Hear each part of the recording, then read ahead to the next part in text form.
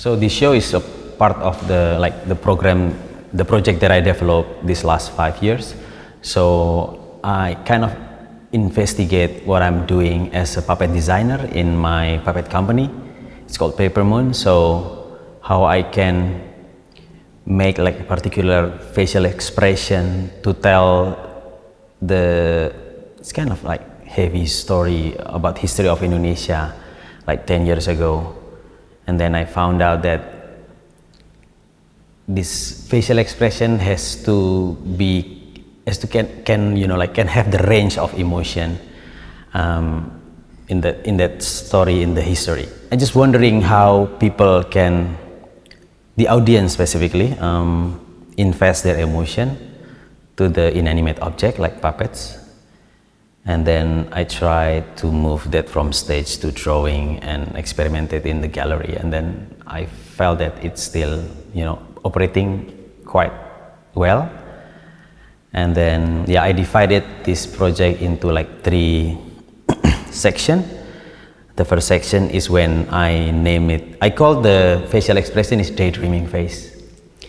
And then I just try to define what kind of daydreaming face I want to develop in the puppets. And my second project in Singapore, in Mizuma Gallery Singapore, is, so the daydreaming face that I develop is like the preload expression, so the expression before expression. I present some of the people that I interviewed like 15 years ago about this history. And then this exhibition in Tokyo, I decided to make, this is how, after I interview those people, I create this character. And this is the facial expression that I present in Tokyo. So the history itself actually is my family history. So my grandfather is a shadow puppet master in Java, and then he got jailed for 13 years because he suspected as a sympathisant of Communist Party in Indonesia in that period. But then I understand about the history when I growing adult, and then it realized how it affects the relation in my big family. And then that's how I start to dig about the story. And then when I talk to Ria, she's my wife and she's the director of the performance, and then she started to interview my relatives, and I found a lot of story. And then I believe that the family is the smallest society that got affected by social politics happen. So I believe that maybe many families in Indonesia get affected about that, how the relationship between them and how they grew their kids. I want to make people aware that this expression is not still, because usually I design the puppet with design the face with clay in the beginning, so it's easy to mold, and then I use light to capture, because actually this is how the light move, or how the face move and catch the light, it creates particular emotion, though it's still. And then that's how, so in particular angle, the puppet will look really sad. In other angle, it will look like kind of happy. And that will be easier for the puppeteer to make it happy or sad or suspicious or surprised with the movement. But it's like sensation of figure or sensation of expression. Everything is about sensation, because puppetry also about there is a magical things happen in it. Make it into 2-dimensional is like to portray the sensation of the puppets, something like that. How I install this also, I just put some perspective. So this is like 2 characters apart, the small one is behind the big one, something like that. And the 3-dimensional puppet is to give more that sensation of the figure, so how to interact, how the distance, the relation between those 2 sensations. There is one thing in puppet designing, or how actually human recognize faces. So usually we recognize faces by see 2 dots, like black dots as an eye in any composition of visual, right? And then that's how the puppet connect with the audience, because mostly our performance is non-verbal. So that the first connection and how it visually connected is really important. And that's how I developed this puppet. First, I make the drawing of the series of my paper drawing, and then I about that two dots, and then I just start to make the puppet just with eyes, without any nose or mouth. So sometimes it demands more meaning for the audience that face it, because you just see the eyes, but it doesn't have any nose or mouth. So like you keep guessing what kind of expression, and that tension is the relation. I'm an artistic director in puppet company, so audience is always become the half of my work. It's never gone. I mean, it's always there as a consideration. So what kind of audience that I will approach and encounter, something like that. Because Japanese also have the long tradition of puppetry, with many innovation, and that's a lot inspired us since the beginning of our company. So the technique that we usually do is like bunraku or kurumaningyo. So we learned that in US from the Hawaiian artists that learn in Japan. Something is really long.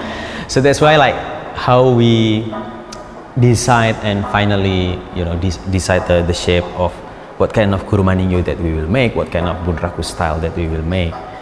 And I don't know, I just curious and excited how the audience in Japan will find that out. Because sometimes because puppetry is like a really long tradition. In some culture, it's almost gone, right? So yeah, I hope that it can recall something for me and for the audience. My own practice as an artistic director in Paper Moon, as a visual artist. So the visual artist part is more like a lab for me. So any visual composition, any conceptualized idea about puppetry, I will develop it in my own practice first. Because as we know that in theater you cannot work alone. You always talk to others. You have to make sure that the others understand what you're developing. So it will be built one performance. So sometimes I call myself not only visual artist, but puppetry artist. And because sometimes I perform, sometimes I design the puppet, sometimes I do the music scoring or music directing. And yeah, when I found something in my own practice, then I will experiment in Paper Moon, so I can measure the operational idea that can really work with the audience, And then what I found there, I will take it to my own space again, and then to develop into something else. I still think that puppet theater is a storytelling. It's a poetry of object, right? So it requires the life of human. So it's really poetic for me, because it's about life and death. You celebrate dead things with your life, and you celebrate life, but you become death on stage. Something like that. That kind of relation that always makes me excited about this medium. And I felt that since this medium the roots are everywhere. Every culture in the world, it has the root of medium. So I don't feel it has the boundaries. There is one term in puppetry that it called puppet moment. This is when your attention is really to the object, and you really feel the object is alive, and it's just in a snap of finger, and then you believe, and then after that you just continue to believe it, or you suspend your disbelief. You suspend your disbelief about the object.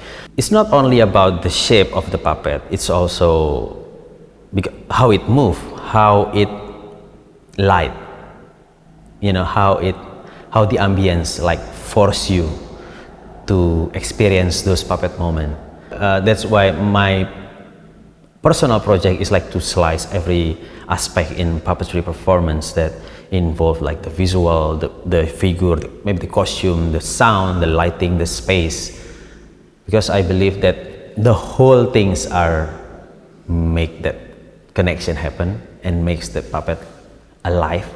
Not only look alive, because some people really believe that the puppet is alive. Some puppetry artists, they use voice to articulate the life of the puppets, but we choose like, because mostly our performance is silence. So I think that's also how many artwork struggling for like to articulate, and also, but articulate is from this side, because audience also, they will struggling to communicate in that sense, right? So because it's not like passive things, because the audience, I felt that there is a trajectory of meaning between the audience, the object, and the artist, the puppetry artist, the puppeteer. So yeah, I think that I choose this thing because this is what I'm struggling for, to design, to develop, to build, to articulate, so people can sense something, people can find their self in my work and find myself in my work. This is abstract, this is realistic, so I always choose in between. If it's too abstract, people don't understand. If it's too realistic, people will be suspicious. So that's, I usually choose in the middle. So it seems like comical, it seems like creepy, it seems like human, but it's not, you know. But you know, that tension, like to create the identity of the, you know, the character that I develop. So it makes more open.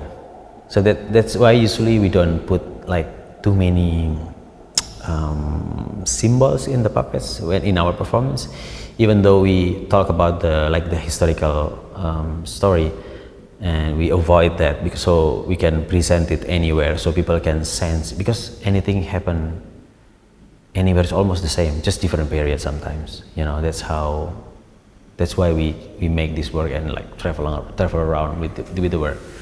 Actually, this exhibition is my last chapter of Faces exploration.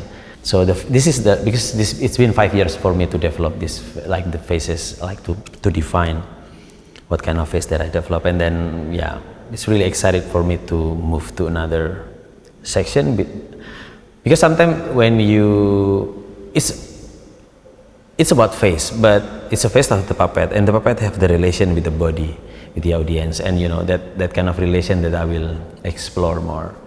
Because sometimes for me, like, medium in art is also the reflection of life. I mean, how artists also have a relation with the medium, how they put their all effort to the medium, how the process, like step by step of the process, you can find that also in life, you know.